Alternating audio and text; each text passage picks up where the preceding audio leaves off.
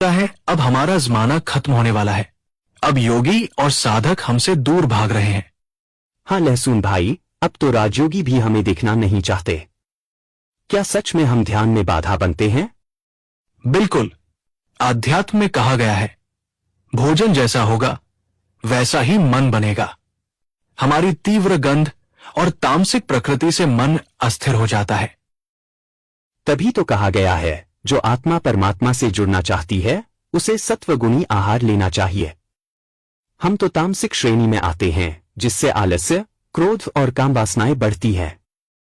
आयुर्वेद में भी हमारा वर्णन राजसिक और तामसिक द्रव्य के रूप में किया गया है।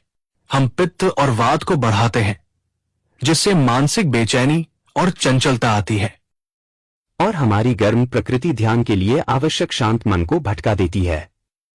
साधक जब हमें खाता है तो उसका चित्त स्थिर नहीं हो पाता।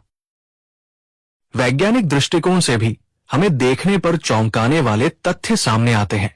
हम दोनों में ऐसे सल्फर युक्त तत्व होते हैं जो मस्तिष्क की तरंगों को उत्तेजित करते हैं।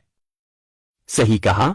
ईईजी टेस्ट में पाया गया है कि हमें खाने के बाद अल्फा वेव्स कम हो जाती हैं, जो ध्यान की स्थिति के लिए जरूरी होती है।